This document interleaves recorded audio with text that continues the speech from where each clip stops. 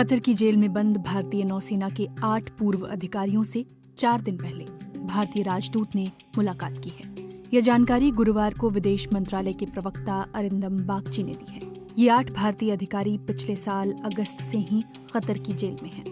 26 अक्टूबर को कतर की एक अदालत ने इन 8 भारतीय अधिकारियों को फांसी की सजा सुनाई थी। तब विदेश मंत्रालय ने कहा था कि भारत सरकार इस फैसले से स्तब्ध है और वह इसे सुलझाने के लिए सारे कानूनी रास्ते तलाशेगी। नौसेना के पूर्व अधिकारियों के परिवारों ने मौत की सजा के खिलाफ कतर की अदालत में अपील दायर की थी। जब गुरुवार को यह प्रश्न विदेश मंत्रालय की प्रेस ब्रीफिंग में पूछा गया तो विदेश मंत्रालय के प्रवक्ता बागची से पत्रकारों ने पूछा कि क्या पीएम मोदी ने पिछले हफ्ते दुबई में COP28 शिखर सम्मेलन के समय कतर के अमीर शेख तमीम बिन हमद अल थानी से मुलाकात के दौरान इस मामले को उठाया था। इस पर बागची ने सीधा जवाब न देते हुए प्रधानमंत्री नरेंद्र मोदी के सोशल मीडिया प्लेटफॉर्म एक्स पर की गई पोस्ट का हवाला दिया। इस पोस्ट में पीएम मोदी ने लिखा है, द्विपक्षीय साझेदारी की संभावना और कतर में भारतीय समुदाय को लेकर हमारी अच्छी बातचीत हुई। सितंबर 2022 में कतर सरकार ने 8 पूर्व भारतीय नौसैनिकों को गिरफ्तार किया था। मार्च में इन पर जासूसी के आरोप तय किए गए थे। गिरफ्तार किए गए 8 भारतीय नागरिक नौसेना के पूर्व अधिकारी हैं और कतर की ज़ाहिरा अल आलमी नाम की कंपनी में काम करते थे।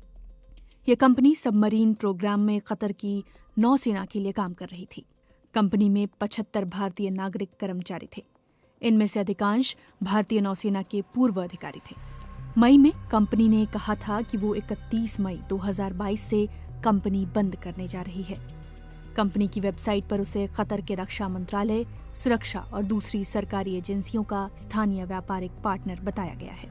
इस वेबसाइट पर कंपनी के वरिष्ठ अधिकारियों और उनके पद की पूरी जानकारी दी गई है। उनमें कई भारतीय भी शामिल हैं। मीडिया रिपोर्टों के मुताबिक कंपनी के प्रमुख खमीस अल अजामी गिरफ्तार किए गए 8 भारतीयों के खिलाफ कुछ आरोप सामान्य हैं जबकि कुछ खास किस्म के हैं। जासूसी के आरोप में गिरफ्तार 8 कर्मचारियों को पहले ही बर्खास्त कर दिया गया और उनके वेतन का हिसाब किताब भी कर दिया गया। बीते मई में कतर ने कंपनी को बंद करने का आदेश दिया और इसके लगभग 70 कर्मचारियों को मई 2023 के अंत तक देश छोड़ने का निर्देश दिया। मीडिया रिपोर्टों के मुताबिक गिरफ्तार किए गए कर्मचारियों ने संवेदनशील जानकारी इस्राएल को दी थी। भारतीय मीडिया और अन्य ग्लोबल मीडिया की रिपोर्टों के मुताबिक इन पूर्व नौसैनिकों पर आरोप है कि उन्होंने कथित तौर पर अति उन्नत इतावली पनडुब्बी को खरीदने से संबंधित कतर के खुफिया कार्यक्रम के बारे में इस्राएल को जानकारी दी थी। यानी इन नौसैनिकों पर इस्राएल के लिए जासूसी करने के आरोप भी लगाए जा सकते हैं।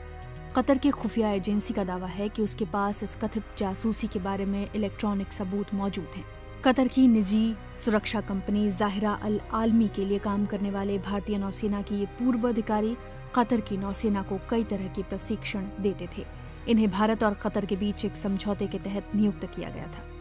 भारत और कतर के मित्रतापूर्ण संबंध रहे हैं, लेकिन इस रिश्ते में पहली चुनौती जून 2022 में आई, जब बीजेपी प्रवक्ता नुपुर शर्मा ने एक टीवी शो में पैगंबर मोहम्मद के बारे में अपमानजनक टिप्पणी की।